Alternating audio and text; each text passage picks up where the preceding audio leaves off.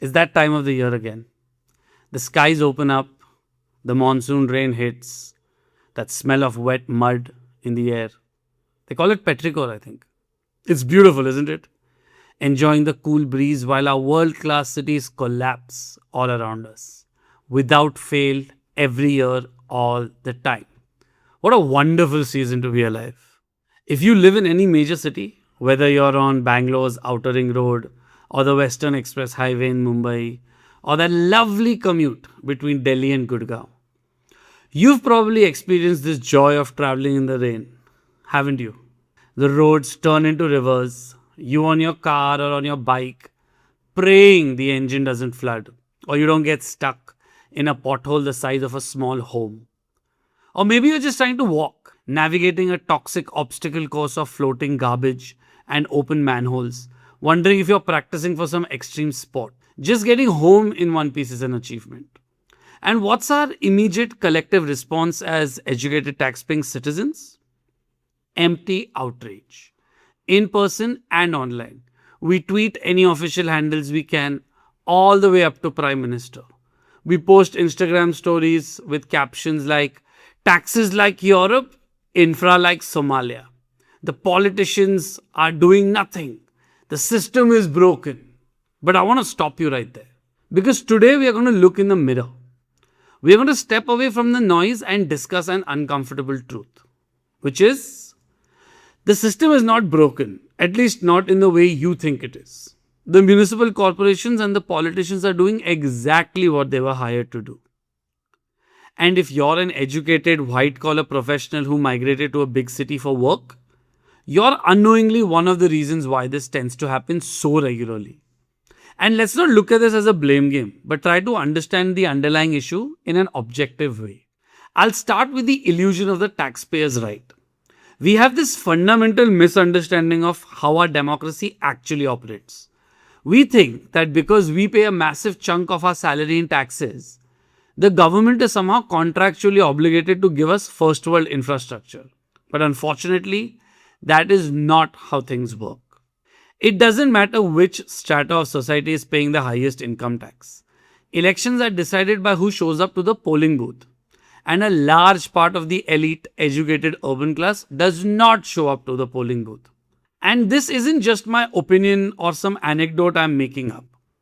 There's actually an official term coined for this behavior. It's called urban apathy.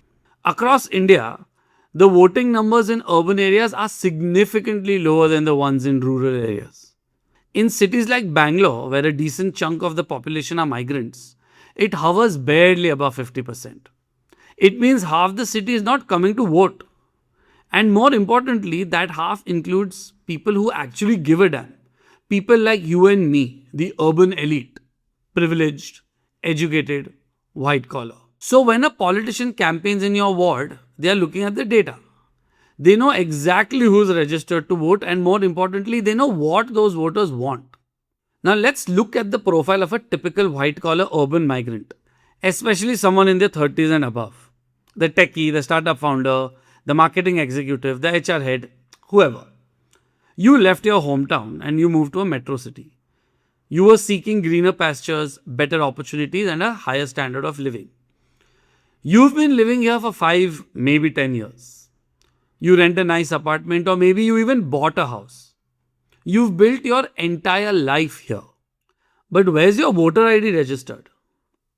If I was a betting man, I'd say that you either don't have one or it's back in your hometown.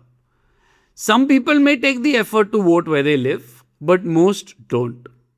When election day comes around in the city where you actually live, work and complain, you treat it as a holiday. You've outsourced your democratic duty, but you want to retain your right to complain. My favorite analogy for politicians is that they are CEOs and the voters are investors. And what is the primary KPI for success for any politician? Votes, survival, re-election. Everything else is just background sound. Now, if you've been in any city for more than 2 years and it looks like you're going to be there longer, you are automatically an investor and stakeholder in this civic ecosystem. You have to take ownership of your own responsibilities. And among other things, Voting locally is the act of claiming ownership over the reality you live in every single day. But by not going to vote, you have decided you're not going to go for any of the investor meetings.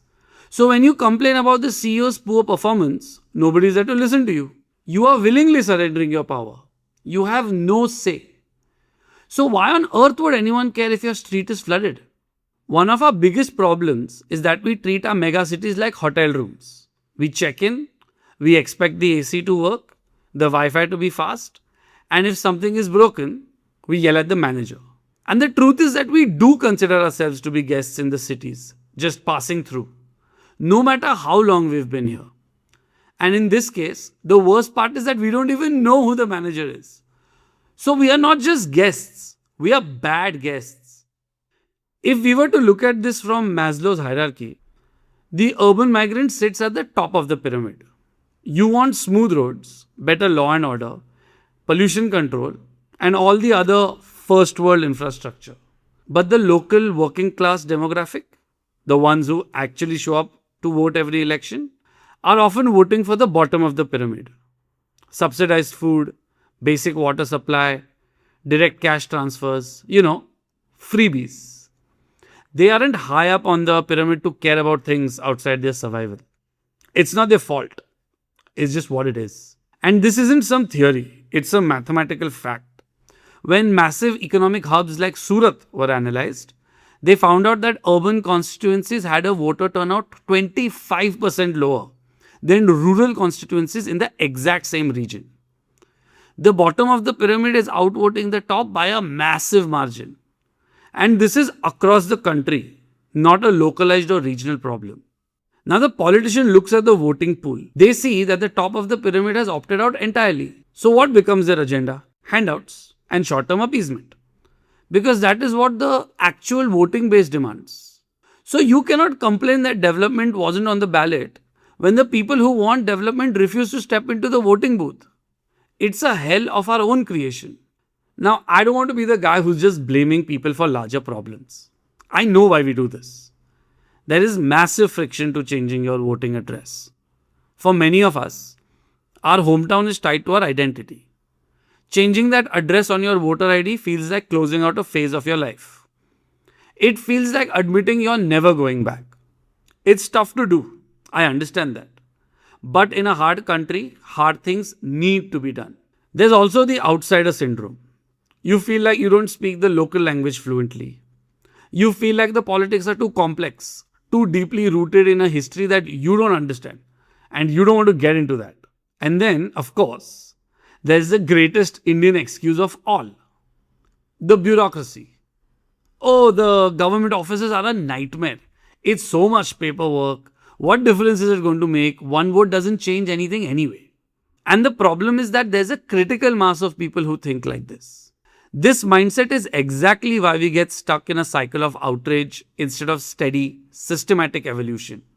We want the country to change overnight, but we refuse to do 15 minutes of administrative work to facilitate it. You have the intellectual bandwidth to figure out complex AI workflows, navigate corporate politics, and learn brand new skills. I'm sure you can figure out how to update your address. You just need intent. It should matter to you. So now the question is, how do we evolve? How do we stop being professional complainers and start being civic shareholders? It's actually fairly easy because the days of standing in government offices are more or less over. The first thing you need to do is shift your residence digitally. Download the voter helpline app or head to the website. You don't need to cancel your old vote manually. All you have to do is fill out Form 8, which is for shifting of residence. The rest of the details are in the link below, so you can check that out. The next step is to find the right data. You might say that I don't even know who my local politicians are. Go to myneta.info. Again, link is in the description. You type in your constituency and it gives you a complete rap sheet of every candidate. This includes their educational qualifications, their total declared assets, and yes, most importantly, their criminal records. It is one of the best initiatives that hardly anyone knows about. It's something I've been pushing very actively from the first video itself. Finally, look down. not up. Stop obsessing over who the prime minister or the chief minister is going to be. Sure, those elections are important. But the person who fixes the flooded road outside our apartment is your local corporator or ward member. Municipal elections are actually the most important. But most of them are always delayed and they have the lowest voter turnout, especially among the educated class. So start engaging with your local resident welfare association. Find out who's in charge of your ward. Basically, treat this process like you're hiring someone for a job because you are. It's a really important job. At the Indian Evolution, I talk about finding the middle path. I don't expect instant results, but I do expect a consistent, systematic change if all of us come together. And I think the fundamental aspect of this middle path is accountability. It's realizing that a city is a living, breathing organism and it only thrives when its most resourced, educated inhabitants actually take responsibility for it along with the working class. And here's the harsh reality. A world-class city needs world-class citizens, which I'm sorry to say, we are not. So it's time to become a shareholder in the city you live in. Register to vote where you live. Be more involved in the local politics of your area. Do your bit because it's the least you can do. Do it for yourself. And the next time it rains, maybe, just maybe, we'll be able to enjoy it without worrying about getting home in one piece. If this hit a nerve or you completely disagree with me, drop it in the comments below. Let's have a real conversation.